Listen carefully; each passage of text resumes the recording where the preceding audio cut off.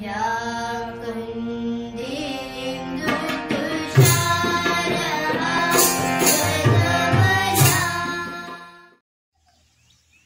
गणेशाय नमः, सरस्वत्यै नमः। राजस्थान में कक्षा 6ठी से 10वीं तक संस्कृत संपूर्ण पाठ्यक्रम करवाने वाले तथा राजस्थान सरकार के रीट यानी आरटेट के संस्कृत पोर्शन का पूरा सिलेबस करवाने वाले के शिक्षा गुरु संस्कृत यूट्यूब चैनल में आपका स्वागत है। आज हम प्रत्ययों के अध्ययन के क्रम में तीसरा वीडियो यहाँ पर प्रस्तुत कर रहे हैं। तीसरे वीडियो में आज हम पढ़ेंगे संस्कृत के दूसरे प्रकार के प्रत्यय तद्धित प्रत्यय के बारे में।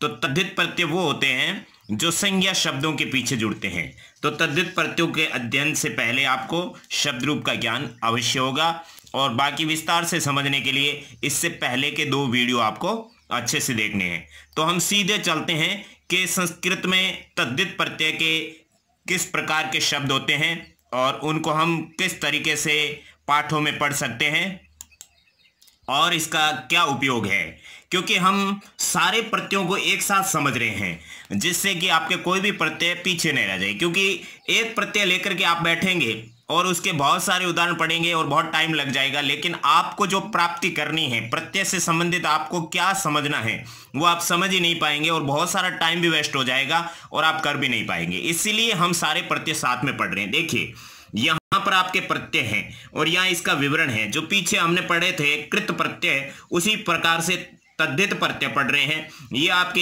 1 2 3 4 क्रम से यहाँ तक 12 से लगाकर 22 कुल 22 महत्वपूर्ण प्रत्ययों का हम यहाँ पर अध्ययन करेंगे। तो इसमें तद्धित प्रत्यय में सबसे पहले तो हम शेष भाग यानी जो प्रत्यय है उसके पीछे मतलब मूल शब्द के अंदर मूल चीज क्या जुड़ती है उसको देखेंगे।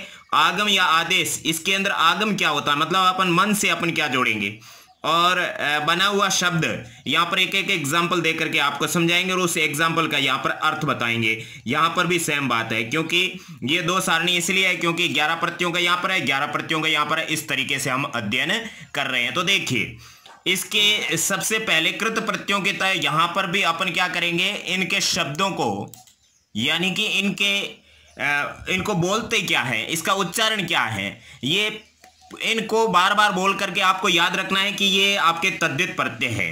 क्योंकि परीक्षा में ये भी प्रश्न पूछा जाता है कि निम्न में से कृत प्रत्यय कौन सा है, तद्धित प्रत्यय कौन सा है, इसलिए आपको इसका ज्ञान भी होना चाहिए। तो शुरू करते हैं, इनको पहले उच्चारण करते हैं। मतुप, तरप, तमप, इयसुन, इष्ठन, इनी या इन, वीनी, अण, ठक, ढक, ये ढक और ये ठक, इमनिच, तल, शें, मयट, लच, छय या छ, त्व या त्वत, इतच, दा, त्रल, थाल और तसिल। तो इसके मतुप के अंदर क्या होता है, मत तय हलंत हुआ तो अंदर से ऊ निकला, ऊ और पै कट गया, उप कट गया, शेष क्या रहा, मत। उसके बाद में तरप में पै कट गया तो शेष क्या रहा, तर। तमप में भी पै कट गया तो शेष क्या रहा, तम। ये सुन में सह हलंत हुआ, अंदर से ऊन निकल गया तो ऊन निकल गया, ऊन कट गया, ऊ कट गया, उपदेश नासिक से ये अलंत्यम से दोनों कट गए तो ऊन कट गया तो ईयस शेष रहा, ईयस, ठीक है ना। इष्ठन में न कट गया तो इष्ट शेष रहा। इनी या इन, इनी में ई कट गया तो इन शेष रहा। तो शेष भाग को भी प्रत्यय मानते हैं, इनी को भी प्रत्यय मानते हैं तो इन शेष रहा। वीनी में सिर्फ ये वी बड़ी हो जाएगी, इसका पूरा चेंजिंग यही समझना है। अण के अंदर अ और न है तो अ शेष रहेगा। ढक के अंदर ढ और क है तो ढ शेष रहेगा और ढ को ए आदेश होगा। ए आदेश होगा मतलब ए में ढ ए में चेंज हो जाएगा। तो ढक प्रत्यय में मूल रूप से क्या जुड़ेगा, ए जुड़ेगा। क्या जुड़ेगा, इसके बाद में आता है ढक। ढक के अंदर इक शेष रहता है, मतलब ये जो आपके ढक प्रत्यय है, ये ढक प्रत्यय हिंदी का ए प्रत्यय और ठक प्रत्यय हिंदी का एक प्रत्यय है।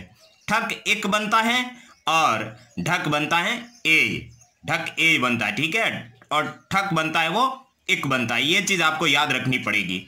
इमनिच प्रत्यय में ईमा बन जाता है, ठीक है ना, और ये विकल्प से होता है इमनिच। विकल्प से होता है। जैसे पृथु शब्द है, उसका ये अभी इसको विस्तार से आगे देख रहे हैं, तो इमनिच प्रत्यय के अंदर ईमा बन जाता है।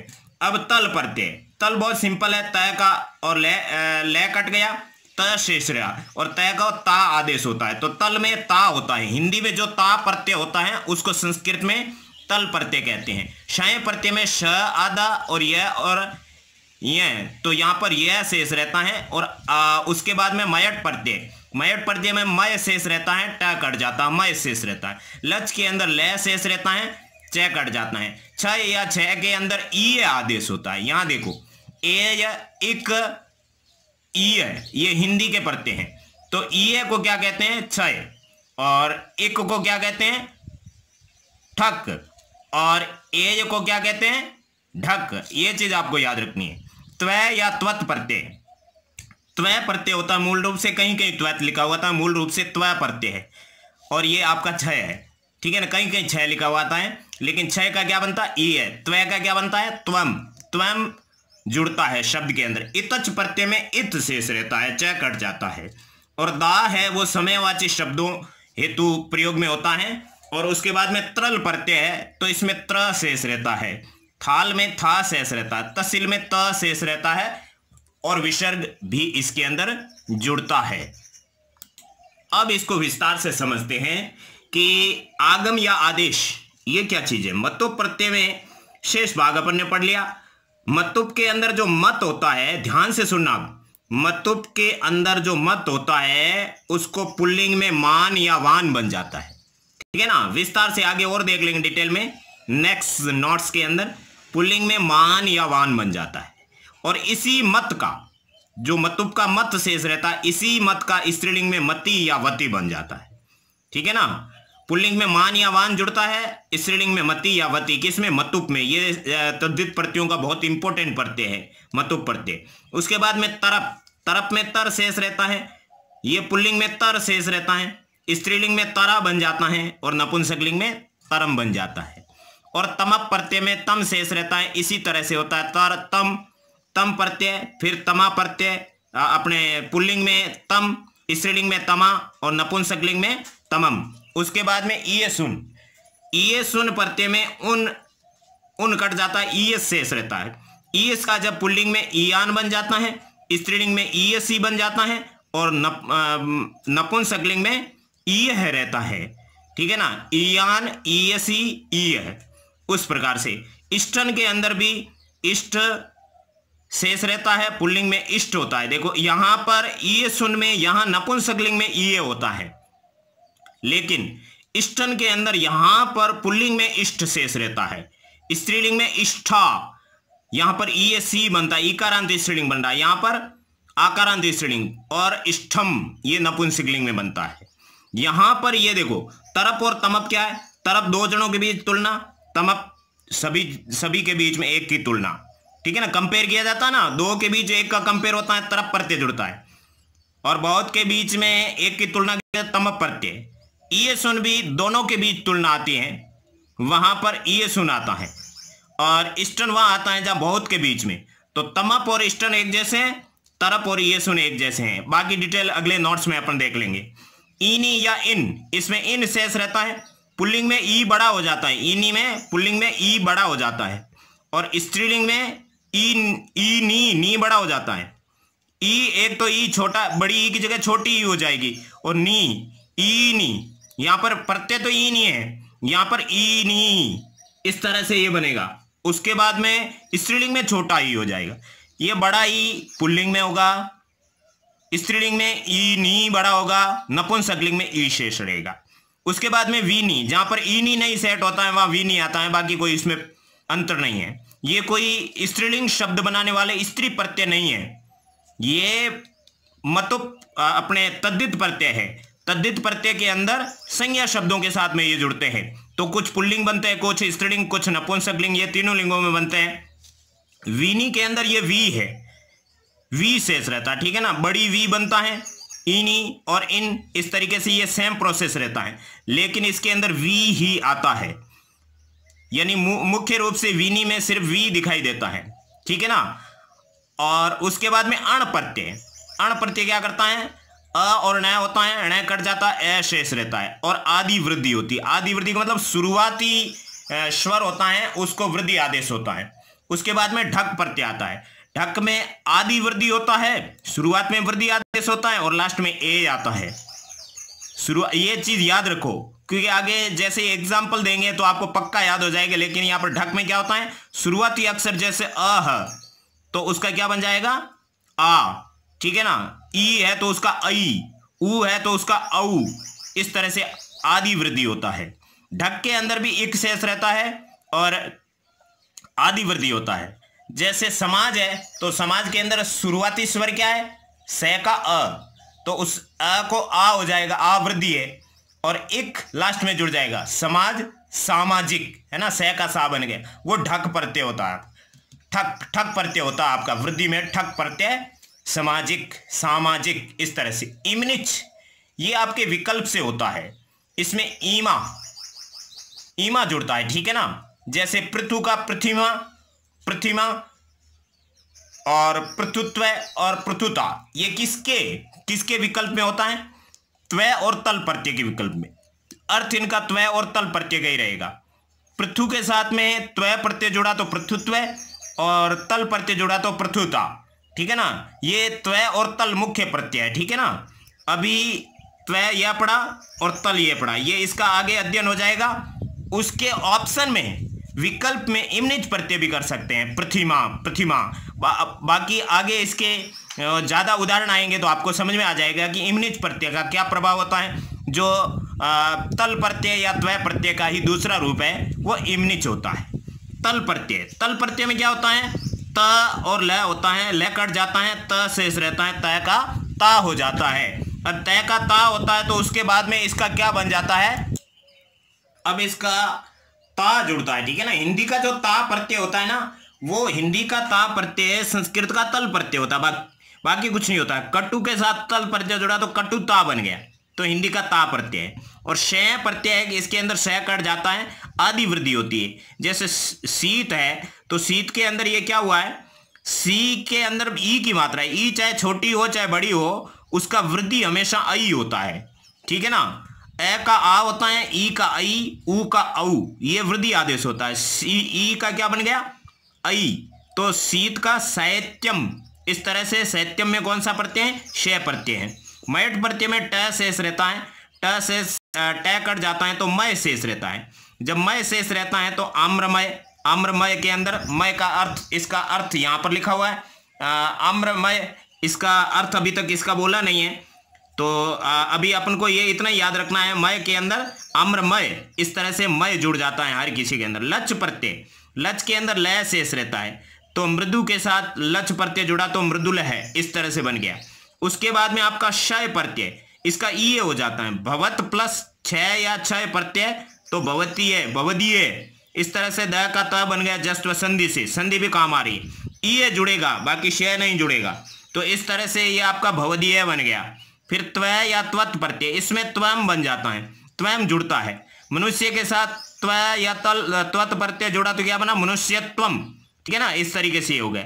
इतच प्रत्यय में इत या ई शेष रहता है, पुष्प के साथ में इत जुड़ा तो क्या बना, पुष्पित, है ना। इत प्रत्यय हिंदी का होता है ना, वो इतच होता है संस्कृत का, मूल रूप से इत जुड़ता है, बाकी इसका मेन प्रत्यय का नाम है इतच, तो पुष्प के अंदर पुष्पित, ठीक है ना। दा, ये दा, त्रल, थाल और तसिल प्रत्यय ये शब्द अव्यय शब्द बनाते हैं समयवाची शब्दों में। जैसे एक के साथ दा जोड़ा तो एक दा बन गया, एक बार, ठीक है ना। त्रल प्रत्यय में त्र जुड़ता है सप्तमी अर्थ में होते हैं ये अव्यय। तत् के साथ त्रल जोड़ा तो तत् का तदा बन गया, ठीक है ना। तदा नहीं तत्र बना, इसका क्या बनेगा, तत्र। ये चीज आपको याद रखनी है क्योंकि त्र जुड़ेगा, तत् प्लस त्रल इजिकल टू तत्र यानी वहां, ठीक है ना। बाकी बहुत सारे उदाहरण आगे आएंगे तो उसमें आप समझ पाएंगे। त्र जुड़ता है, इसमें थाल में था जुड़ता है, था, ठीक है ना, प्रकार अर्थ में। यत के साथ थाल जुड़ा तो सिर्फ यह तय कट गया ये और इसका लय कट गया तो यथा यानी जिस प्रकार अर्थ में हुआ ना, यथा में यथ है, मूल रूप से यत क्या है, यत अपना सर्वनाम है, उसके साथ थाल जोड़ा तो यथा बन गया। बाकी डिटेल से आगे नोट्स में। तहसील के अंदर भी सिल कट जाता है, विसर्ग बन जाता है।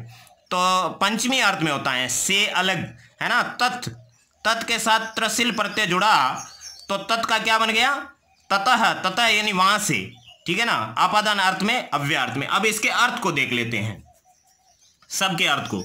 मतुप के अंदर अर्थ होता है वाला अर्थ में, ठीक है ना। मतुप किसका, ज्ञानवान। ये सारे उदाहरण भी देख लेते हैं। ज्ञानवान, ठीक है ना। जैसे एक एक उदाहरण लेते हैं तो मतुप है वो ज्ञान शब्द के अंदर, ज्ञान या गुरु दोनों में से कोई भी शब्द ले लेंगे। ज्ञान शब्द के अंदर मतुप जुड़ा तो ज्ञानवान बना, ज्ञान शब्द के अंदर मतुप जुड़ा तो ज्ञानवती बना।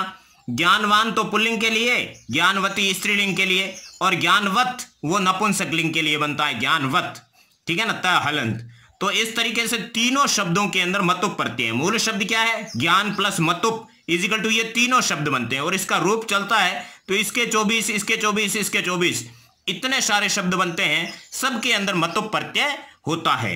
उसके बाद में तरप प्रत्यय, ज्ञानवान, ज्ञान वाला, वाला अर्थ होता है इसका, क्या होता है, वाला अर्थ होता है। तो ज्ञानवान यानी ज्ञान वाला, ज्ञानवती यानी ज्ञान वाली, और ज्ञानवत यानी ज्ञान वाला। इस तरीके से वाला अर्थ होता है। मतुप प्रत्यय वान लगता है, मतुप प्रत्यय हो जाता है। तरप प्रत्यय, तर शेष रहेगा, तरा तरम, गुरुतर है, गुरुतरा गुरुतरम। दो के बीच में एक श्रेष्ठ है तो उसको क्या कहेंगे, गुरुतर।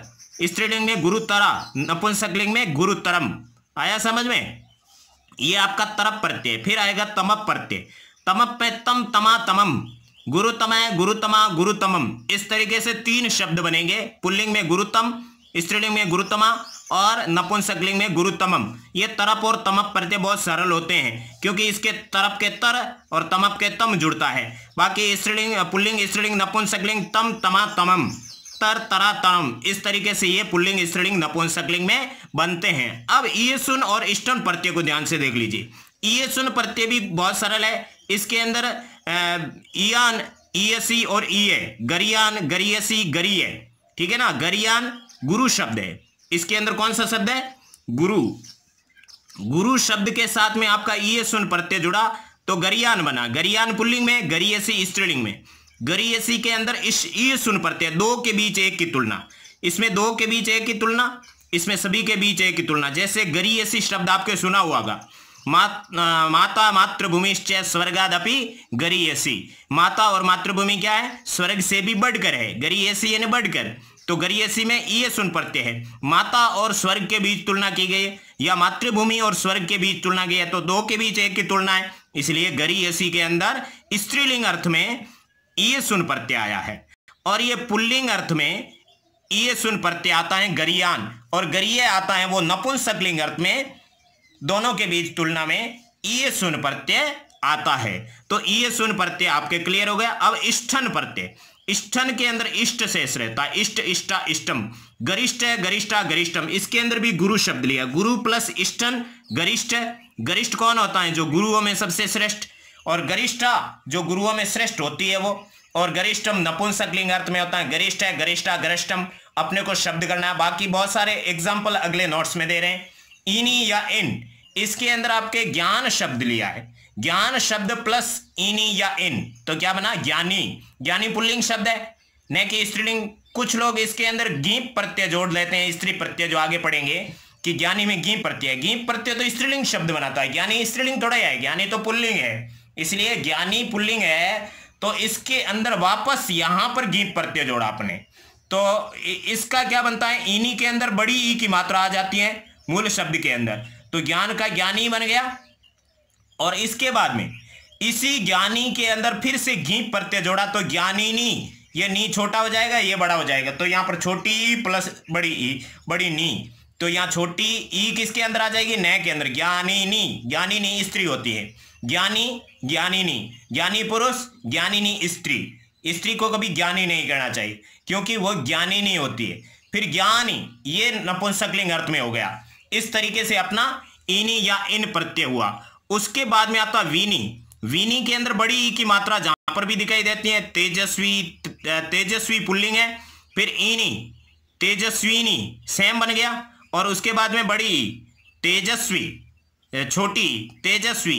ये तेजस्वी पुल्लिंग होता है, तेजस्विनी स्त्रीलिंग होता है, तेजस्वी छोटा होता है, नपुंसकलिंग होता है। लेकिन तीनों के अंदर कौन सा प्रत्यय है, वीनी प्रत्यय। फिर आता अण प्रत्यय। अण प्रत्यय के अंदर आदि वृद्धि होती है। क्या होती है? अण प्रत्यय के अंदर देखिए अण में अशेष रहता है और वृद्धि आदि वृद्धि। जैसे गुरु शब्द है, गुरु शब्द को ले लेंगे तो क्या हो जाएगा? गुरु का गौरव, गु के अंदर ऊ की मात्रा है, ऊ का औ आदेश हो गया, वृद्धि आदेश हो गया। और गौरव है ना, रै के अंदर क्या हुआ? रै के अंदर ऊ है तो ऊ का अब हो गया, ठीक है ना, यहां पर वृद्धि आदेश हुआ है, अब हो गया, ठीक है ना। बिल्कुल शब्द को पूरा तोड़ मरोड़ दिया। यहां पर गु की मात्रा उसको औ वृद्धि आदेश हुआ और रू के अंदर जो ऊ की मात्रा थी उस ऊ को फिर से अयादि आदेश हो गया, अयादि आदेश हुआ तो यहां पर क्या हुआ? अव बन गया। और लास्ट में अव के वह हलंत होता है तो उसके अंदर अ जुड़ गया तो क्या हुआ? गौरव। पुत्र का पौत्र, ठीक है ना, पौत्र, यहां पर पू के अंदर ऊ की मात्रा उसको औ आदेश हुआ, ठीक है ना। इस तरीके से ये अण प्रत्यय होता है, संतान अर्थ में होता है। किस अर्थ में होता है? संतान में। ये आपका ढक, ढक प्रत्यय के अंदर ए होता है, शुरुआत में वृद्धि आदेश होता है, ए जुड़ जाता है। कुंती का क्या बन गया? कौनते, ठीक है ना, कुंती के कु की मात्रा उसको औ आदेश हुआ, वृद्धि आदेश हुआ और ए जुड़ गया, कौनते।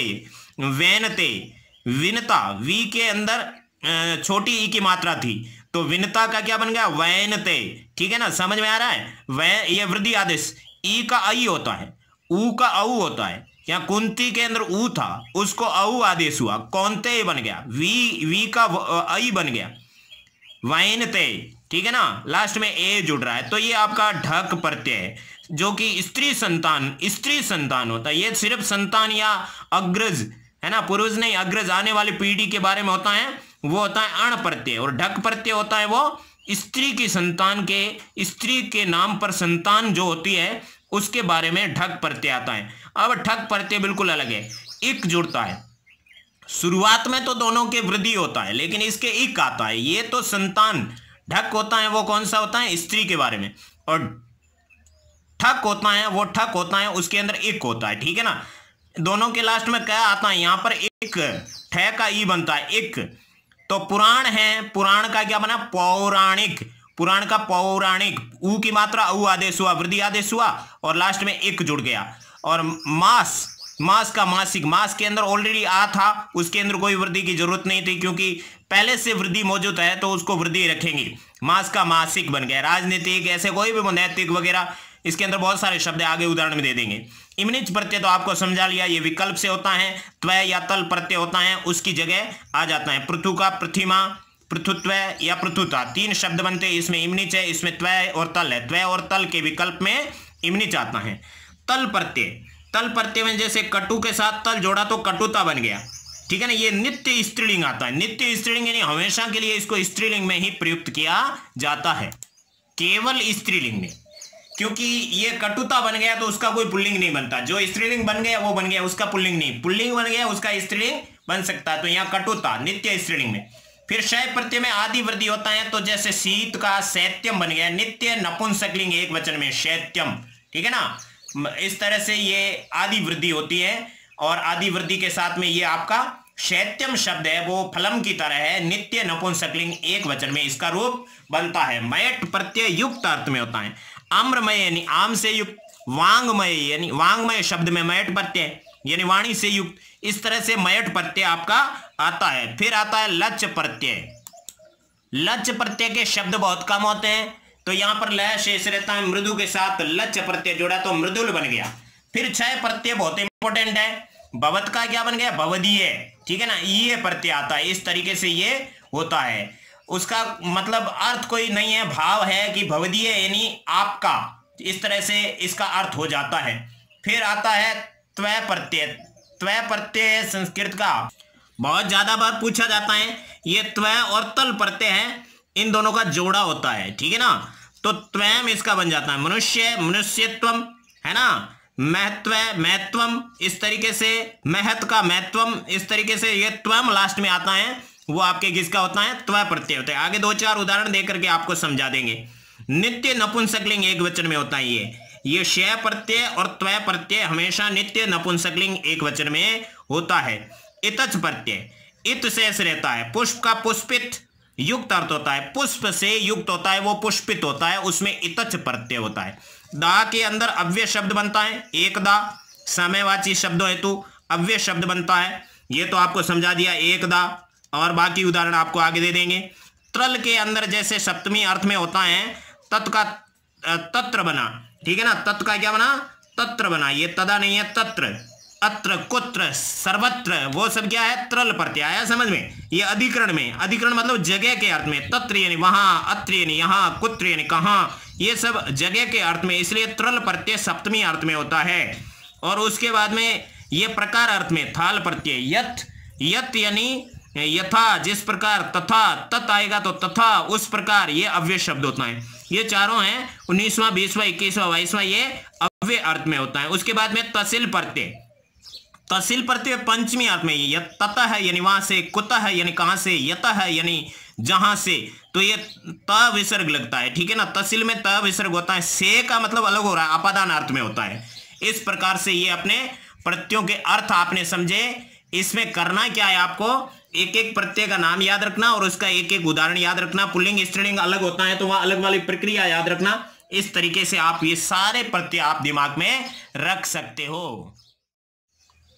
अब अपन एक एक प्रत्ययों को अलग से देख लेते हैं। तद्धित प्रत्ययों में सबसे पहला मतुप प्रत्यय मैंने कहा इंपोर्टेंट है, इसलिए इतनी सारी इसकी विशेषता अपन पढ़ेंगे, तब जाके अपन मतुप प्रत्यय को क्लियर कर पाएंगे। और बाकी सारे प्रत्यय हैं जो आपके तद्धित प्रत्यय हैं उसको भी अगले पीडीएफ में, अगले नोट्स में अपन देख लेंगे। तो मतुप का मत शेष रहता है, ये बात अपने पीछे पढ़ ली।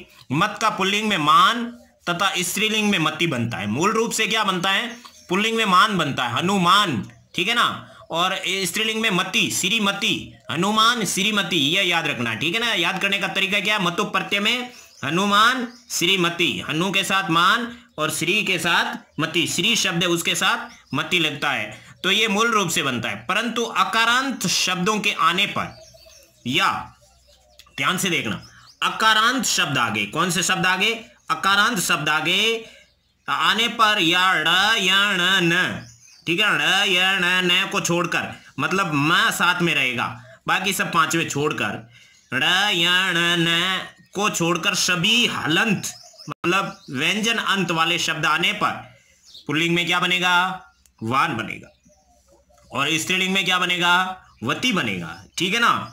ये अकारांत शब्दों को छोड़ शब्दों के आने पर वान बनेगा। जैसे धन है, धन के लास्ट में क्या है, धन के लास्ट में अ है, तो अकारांत शब्दों के आने पर, अकारांत शब्द आ गया, धन आ गया तो धनवान बनेगा, मतुप का क्या बनेगा, वान, और स्त्रीलिंग में वती बनेगा, ठीक है ना। अकारांत शब्दों के आने पर या ड या न, इन चारों को छोड़ करके कोई भी स्वर आ जाए, व्यंजन आ जाए तो वान बनेगा, ठीक है ना। इन चारों को छोड़कर कोई भी व्यंजन आ जाए तो वान बनेगा, और अकारांत शब्द आ गया तो वान बनेगा।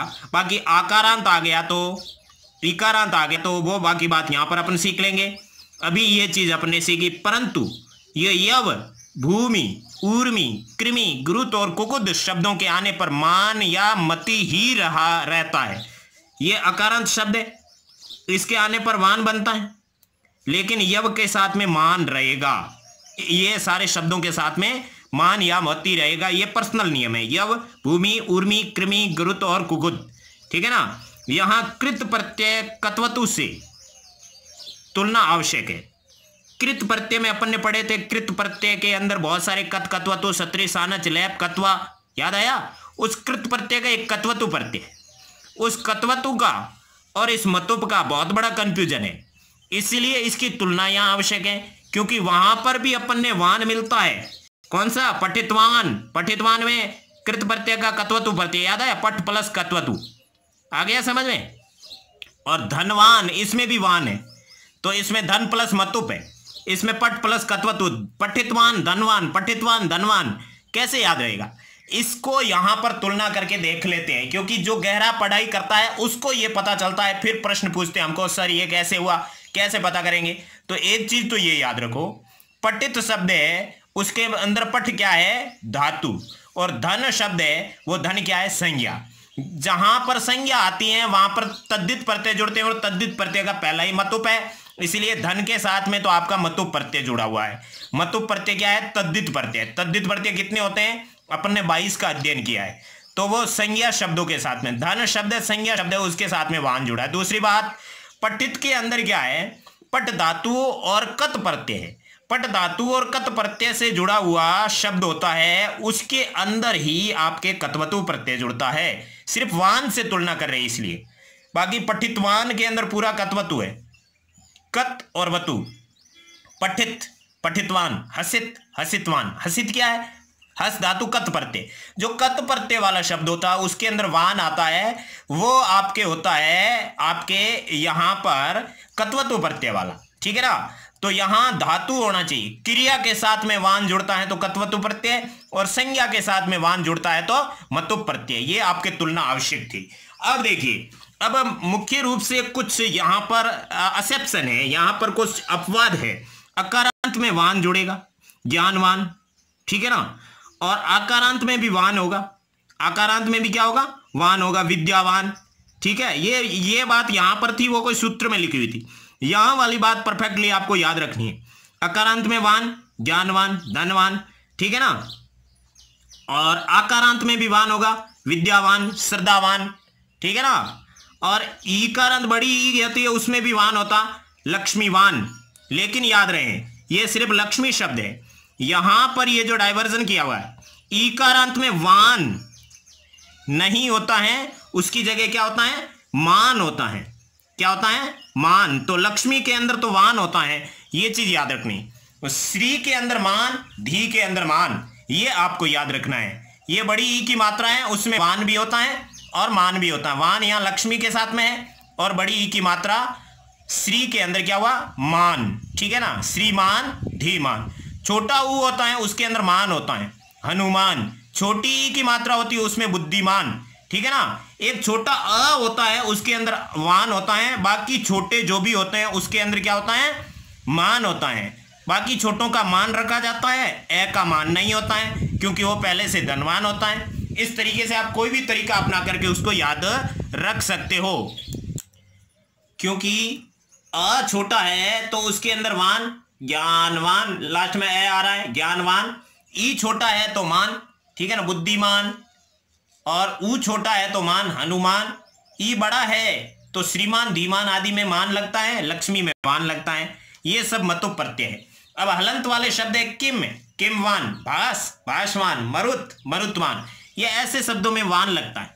कुछ शब्द होते हैं जो पीछे अपन ने यहां पढ़े थे ना, गरुत और कुकुद तो है ही, गरुत और कुकुद विद्वत शब्द है, उसके अंदर भी मान लगते हैं। ये तीन शब्द आपको याद रखने हैं, इसके अंदर मान लगते हैं। विद्वस, विदुष्मान, विद्वस, विद्वस शब्द है ये, विद्वस, विदुष्मान, गुरुत, गरुत, गरुतमान, कुकुद, कुकुदमान, ये मान लगता है। बाकी सब में वान लगते हैं। इस तरीके से अपने को मतु प्रत्यय याद रखना है। कुछ लोग तो इतना ही मान मती याद रखते हैं, वान वती याद रखते हैं, लेकिन यहाँ पूरी डिटेल याद रखनी है क्योंकि प्रश्न कभी गहराई से पूछा जा सकता है कि इसमें कौन सा प्रत्यय है। अब मतुप के बाद तद्धित प्रत्ययों में दूसरा आता है तरप प्रत्यय। तरप प्रत्यय में दो के बीच तुलना की जाती है। दो के बीच तुलना, ये अपन ने पीछे भी बोला था, राम श्याम से चतुर है। तो यहां पर चतुर शब्द में कौन सा आएगा? तरप प्रत्यय आएगा। राम ये कर्ता हो गया, प्रथमा विभक्ति आएगी। श्याम से यहां पंचमी आ जाएगी, श्याम से अलग हो रहा है, मतलब अलग होने की स्थिति है। तो राम है श्यामात, चतुर के अंदर चतुर तर आया है क्योंकि दो के बीच तुलना है। राम केवल श्याम से चतुर है, इसलिए यहां पर तर आया है। तरप प्रत्यय यहां पर तर है। स्त्रीलिंग होता सीता, श्यामा, चतुरतरा, ठीक है ना।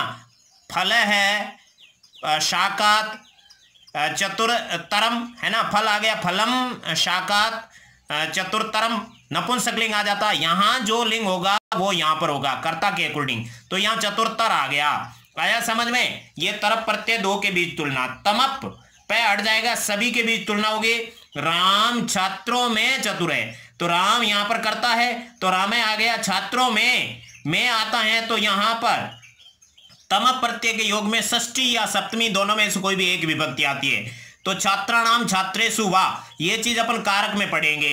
राम है छात्राणाम छात्रेषु वा, क्या चतुर्थम तमप प्रत्यय आया। राम की तुलना सभी के बीच की गई है तो तमप प्रत्यय आएगा। राम की तुलना सिर्फ दो के बीच हो रही है तो तरप प्रत्यय आएगा। तरप और तमप में यही भेद है, बहुत सरल प्रत्यय है। अब देखिए इसके कंटिन्यूस में ये सुन और इष्टम प्रत्यय दिए हुए, फिर ये बीच में लाइन है, इसका मतलब ये चारों प्रत्यय आपस में मिले जुले। तरप प्रत्यय दो के बीच तुलना, तो ये सुन भी दो के बीच में तुलना की जाती है। राम श्याम से महान है, तो राम है श्यामात, ये तो आपको समझ में आया हुआ। गरियान, गरियान पुल्लिंग है, गरियसी स्त्रीलिंग है, ठीक है ना। माता स्वर्गात गरियसी, तो यहाँ पर माता और स्वर्ग के बीच में गरियसी आ जाता, लेकिन वो तो स्त्रीलिंग है माता के लिए। यहाँ पर ये राम पुल्लिंग है, इसलिए गरियान पुल्लिंग आ गया। गरियान में कौन सा प्रत्यय है? ये सुन प्रत्यय, ये दो के बीच तुलना करता है। उसके बाद में इष्टन प्रत्यय आता है, ये सभी के बीच में तुलना करता है, जिस तरह से तमप करता है। तो तमप इष्टन, तमप इष्टन, तरप ये सुन, तरप ये सुन, ऐसे याद रखना है। तरप ये सुन दो के बीच तुलना करता है, तमप इष्टन सभी के बीच तुलना करता है। राम छात्रों में महान है, ठीक है ना। तो छात्राणाम छात्रेषु, गरिष्ठ के योग में भी हमेशा षष्ठी और सप्तमी दोनों आती हैं, तो दोनों में से कोई भी आए राइट होगा। राम छात्राणाम गरिष्ठ है, राम छात्रेषु गरिष्ठ है, तो गरिष्ठ के अंदर आपका कौन सा प्रत्यय है? इष्टन प्रत्यय है। इस प्रकार से आपके तरप, तमप, ईसुन और इष्टन प्रत्यय आपको याद रखने हैं। फिर ये ईनी प्रत्यय, ईनी प्रत्यय में आपको बताया हुआ है कि लास्ट में क्या आता है? दान प्लस ईनी, जैसे दान के साथ ईनी जुड़ा तो दान के साथ इन जुड़ेगा, इन जुड़ेगा तो यहाँ अ का लोप होकर के उसके अंदर ई जुड़ जाएगा, दानिन शब्द बनेगा। ये मूल शब्द है दानिन। फिर दानिन शब्द को अपन पुल्लिंग में लिखेंगे दानी, दानी, दान प्लस ईनी इज इक्वल टू दानी पुल्लिंग, दान प्लस ईनी इज इक्वल टू स्त्रीलिंग में दानिनी, और दान प्लस ईनी नपुंसकलिंग में दानी, दानी शब्द बनेगा।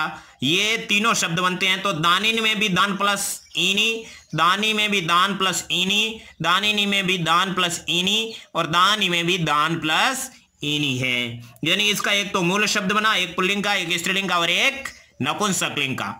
अब अपन चलते हैं वीनी में। वीनी में कुछ शब्दों के साथ वीनी प्रत्यय जुड़ता है, जैसे तेज के साथ वीनी जुड़ा तो तेजस्वी, माया के साथ वीनी जुड़ा तो मायावी, मेधा के साथ वीनी प्रत्यय जुड़ा तो मेधावी, यशस के साथ वीनी प्रत्यय जुड़ा तो यहां पर बनेगा यशस्वी। ये अन्य शब्दों के साथ में है, ठीक है ना। यशस्वी, ये यश शब्द अलग है, लेकिन ये जो केवल अकारांत शब्द है वो उसके साथ में कौन सा जुड़ता है? ये ईनी प्रत्यय जुड़ता है, वो केवल अकारांत शब्दों के साथ में जुड़ता है। बाकी के कुछ जैसे तेज, यश, ये शब्द है, ये इसमें ये तेज शब्द नहीं, ये तेजस, तेजस शब्द है सकारांत, और यशस शब्द है सकारांत, मेधा आकारांत, माया आकारांत। ऐसे आकारांत या हलंत अन्य शब्दों के साथ में वीनी प्रत्यय जुड़ता है, ये इसका अंतर है वीनी का। और ईनी प्रत्यय जुड़ता है वो केवल आकारांत शब्दों के साथ जुड़ता है। अब अपना अण प्रत्यय, आने वाली पीढ़ी या अग्रजों, अंग्रेजों नहीं अग्रजों, अग्रजों के विषय में, जैसे दानव, दनु, दनु नाम का राक्षस था, दनु प्लस अण इजिकल टू दानव। जिन, जिन होते हैं ना, उसके साथ जिन प्लस अण तो जैन बना, कुरु प्लस अण तो कौरव बना। बात समझ में आया? आने वाली पीढ़ी को क्या कहते हैं? उसको अण प्रत्यय में लिखा जाता है। अब ढक प्रत्यय, ढक मतलब ढक्कन, मतलब घूंघट, घूंघट कौन रखती है? स्त्री, इसलिए ढक और ठक में अंतर होना चाहिए। ढक, ढक मतलब स्त्री के संतान का स्त्री के नाम के साथ जोड़ना ढक प्रत्यय कहलाता है। जैसे शांति, शांति का पुत्र क्या होगा? शांति, और इसके अ का आ, वैसे सा का आ था तो यहाँ वृद्धि आदेश होता है। इस तरह से ढक प्रत्यय होता है, वो स्त्री के संतान का स्त्री के नाम से बोला जाना ढक प्रत्यय होता है। अब ठक, ठक प्रत्यय हिंदी का एक प्रत्यय होता है, संस्कृत में ठक प्रत्यय होता है। पौराणिक, मासिक और साप्ताहिक ये बात अपन ने समझ ली। लास्ट में शुरुआती उपदा होती है, वो शुरुआती स्वर होता है, उसको वृद्धि आदेश होता है, और लास्ट में एक प्रत्यय जुड़ता है। इवनिच प्रत्यय ये त्व और तल प्रत्ययों के विकल्प में होता है। पूर्णिमा, लघिमा, गरिमा, इसके अंदर इवनिच प्रत्यय आपका है, ठीक है ना। पृथ्वीमा, वहां पर देखा था मां लास्ट में आता है, वहां पर क्या होता है? इवनिच प्रत्यय होता है। अब आता है तल प्रत्यय, हिंदी का ता प्रत्यय नित्य स्त्रीलिंग में आता है। पटुता, पूर्णता, लघुता और गुरुता शब्द में पटु प्लस तल, पूर्ण प्लस तल, लघु प्लस तल, गुरु प्लस तल, ता की जगह तल लिखना होता है। हिंदी में ता ही होता है, गुरु प्लस ता, गुरुता, सिंपल होता है, लेकिन संस्कृत में तल लिखना, बाकी कोई बात गहरी बात है ही नहीं। अब शय प्रत्यय आदि वृद्धि नित्य नपुंसकलिंग में आता है। बाल्यम, पांडित्यम, ऐश्वर्यम, शौर्यम, ये सारे शब्द आपके शय प्रत्यय के। वहां पर बाल प्लस शय, पंडित प्लस शय, ईश्वर प्लस शय और शूर प्लस श्य। इस तरीके से आपके ये 13 हो गए। यहां 14वां आपके है मयट प्रत्यय, युक्त अर्थ में होता है। वाक प्लस मयट तो वांगमय बन गया, इसकी संधि भी है, वाक प्लस मय वांगमय, ठीक है ना। संधि में विस्तार से देखेंगे इसी शब्द को वापस। मयट प्रत्यय जुड़ा युक्त में, वाणी से युक्त, स्वर्णमय सोने से युक्त तो मयट प्रत्यय, मृतिकामय मिट्टी से युक्त मयट प्रत्यय, धूम्रमय धुएं से युक्त, यहां पर भी मयट प्रत्यय, लास्ट में मय आता है ना, वहां मयट प्रत्यय होता है। सिंपल तद्धित प्रत्यय पढ़ रहे हैं अपन। अब देखिए लच कुछ शब्दों में होता है, जैसे मृदुल या कुशल, कुश के अंदर लच जुड़ा तो कुशल बन गया, मृदु के साथ लच जुड़ा तो मृदुल बन गया। क्षय या क्षय स्वैत्व के भाव में, खुद के भाव में, अपने के भाव, अपनापन के भाव में, जैसे भवत प्लस क्षय तो क्या बना भवदीय, अस्मत् प्लस क्षय अस्मदीय, युष्मत् प्लस क्षय युष्मदीय, तत् प्लस क्षय तदीय, नाटक प्लस क्षय नाटकीय, मगध, मगध देश है ना, मगध वो जनपद तो मगधीय, उत्तम प्लस आपके क्षय तो क्या बना उत्तमीय। इस तरीके से क्षय प्रत्यय के उदाहरण आपको दिए। त्वय या त्वत युक्त अर्थ में होता है। लघुत्वम छोटाई से युक्त, गुरुत्वम बड़ाई से युक्त, महत्वम महानता से युक्त, नित्य पुल्लिंग एक वचन में लिखे जाते हैं। फिर आता है इतच प्रत्यय, युक्त अर्थ में होता है, इत जुड़ता है। जो हिंदी का इत प्रत्यय होता है वो आपका इतच प्रत्यय होता है। पुष्प पुष्पित, पुष्पिता पुष्पितम, ठीक है ना, ये तीनों लिंगों में चलता है। पुष्पित पुष्पिता पुष्पितम, पुष्पिता स्त्रीलिंग, पुष्पितम नपुंसकलिंग। सुखित दुखित, बुभुक्षित पुलकित, पुलक प्लस इतच, बुभुक्षा, बुभुक्षा प्लस इतच तो बुभुक्षित, दुख प्लस इतच दुखित, सुख प्लस इतच सुखित। इसके स्त्रीलिंग और नपुंसकलिंग आप बना सकते हैं इस पुष्प का जिस तरीके से बनाया है। अब दा समय अधिकरणवाची, यदा तदा एकदा अन्यदा सर्वदा, यदा प्लस यत प्लस दा, यत सर्वनाम शब्द प्लस दा तो यदा, तत् यानी वह सर्वनाम शब्द प्लस दा तो तदा, एक प्लस दा एकदा, अन्य प्लस दा अन्यदा, सर्व सर्वनाम शब्द प्लस दा सर्वदा, यदा जब, तदा तब, एकदा एक बार, अन्यदा दूसरी बार, सर्वदा हर बार। इस तरीके से ये आपका दा प्रत्यय। त्रल जगह या अधिकरणवाची है। यत्र तत्र कुत्र अन्यत्र सर्वत्र अप्रत्र उभयत्र और एकत्र। यत सर्वनाम शब्द तत्र, यत्र जहां, तत्र वहां, तत् सर्वनाम शब्द, कुत्र किम सर्वनाम शब्द है इसमें, किम प्लस त्रल प्रत्यय तो क्या बना कुत्र, कहां, अन्यत्र दूसरी जगह, सर्वत्र सभी जगह, अप्रत्र दूसरी जगह, उभयत्र दोनों जगह, एकत्र एक जगह। आया समझ में। थाल प्रत्यय प्रकार अर्थ में होता है। यथा यत सर्वनाम, यत प्लस थाल, ये कैसे लिखते हैं, यत प्लस थाल ऐसे लिखते हैं, तब जाकर के ये बनता है यथा। और तत् प्लस थाल तथा, अन्य प्लस थाल अन्यथा, सर्व प्लस थाल सर्वथा, है ना। यथा जैसे, तथा वैसे, अन्यथा दूसरी तरह, सर्वथा हमेशा की तरह। इदम व किम के साथ थम प्रत्यय जुड़ता है। यहां पर इदम और इदम के साथ में जुड़ा तो अतः बना, ठीक है ना, ये इसमें बनेगा। तो इदम के साथ थमु प्रत्यय जुड़ा तो इत्थम यानी इस प्रकार, यथा यानी जिस प्रकार, तथा यानी उस प्रकार, और इदम के साथ थमु प्रत्यय जुड़ा तो इत्थम यानी इस प्रकार। ये थम के अंदर थमु प्रत्यय, ठीक है ना, ये अलग से इसके अंदर नहीं दिया है, साथ में समझा दिया।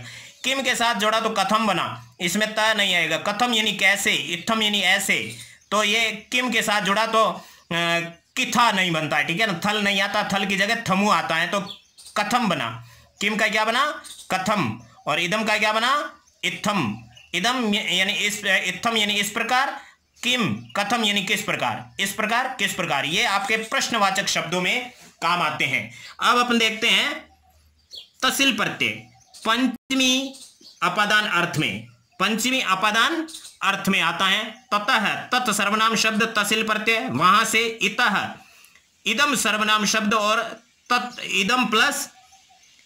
इदम प्लस तसिल तो क्या बना इतः। इतः यानी यहां से, कुतः किम प्लस तसिल कहां से, परितः चारों ओर, परि प्लस तसिल उभयतः दोनों ओर से, नगरतः नगर से, अतः यानी यहां से या इसलिए। तद्धित प्रत्यय की ये आपकी अंतिम पीडीएफ है।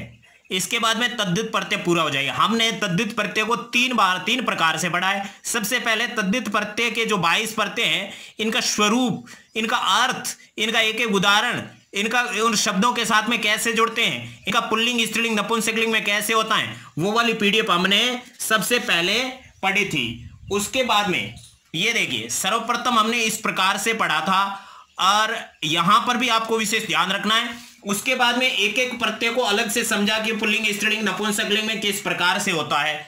और उसके बाद में अब अपन इनके एग्जाम्पल पढ़ रहे हैं, एक एक उदाहरण, एक एक क्या काफी सारे उदाहरण हैं, इन सारे उदाहरणों को साथ में रखना है। इसको बार बार पढ़ने से आप इसका स्क्रीनशॉट लेकर के अपने पास में सुरक्षित रख सकते हैं।